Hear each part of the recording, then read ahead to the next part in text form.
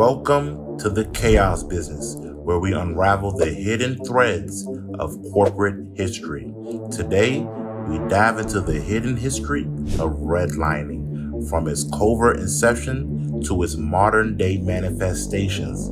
This discriminatory practice has left a lasting impact on minority communities, as seen in a recent investigation by CNN into Navy Federal Credit Union. Just a Tondi, thousands of other black applicants were also rejected. According to a CNN analysis of federal consumer protection data, last year, Navy Federal Credit Union only approved 48%. That's less than half of its black applicants for conventional home mortgages. White borrowers were approved more than 75% of the time. It's the biggest gap among the top 50 lenders.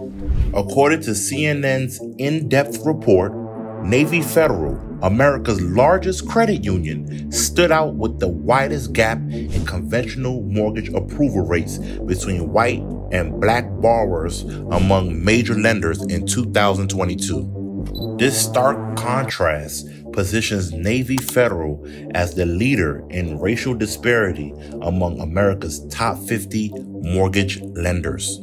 But to understand this disparity fully, we must rewind the clock to the roots of redlining. Dating back to the early 20th century, redlining began as a discriminatory practice in the United States, fueled by a toxic mix of racism and economic interests.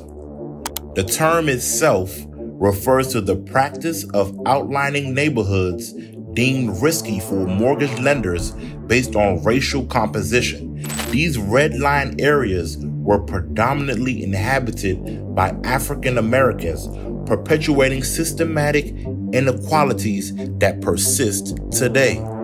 Fast forward to specific documented instances such as the creation of the Homeowners Loan Corporation in the 1930s. Homeowners Loan Corporations color-coded maps assigned neighborhoods grades with predominantly black areas marked in red, signaling high-risk zones.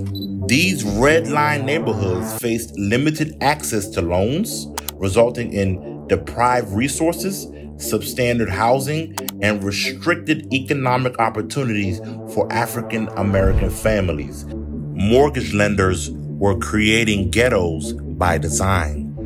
Bringing this historical context to the present, Navy Federal's recent discriminatory mortgage approval rates echo the same pattern, perpetuating the cycle of economic injustice that began decades ago.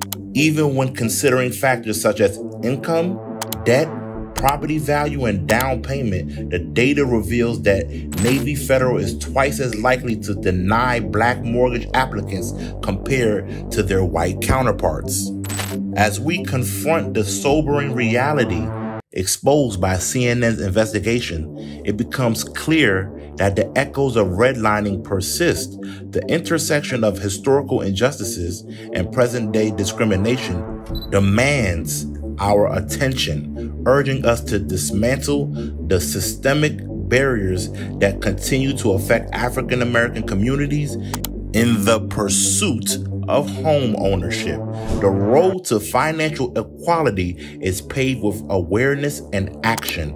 By acknowledging the historical roots of redlining and exposing the contemporary manifestations, we take a step closer to breaking the chains of injustice. This is not just a story of maps and mortgages.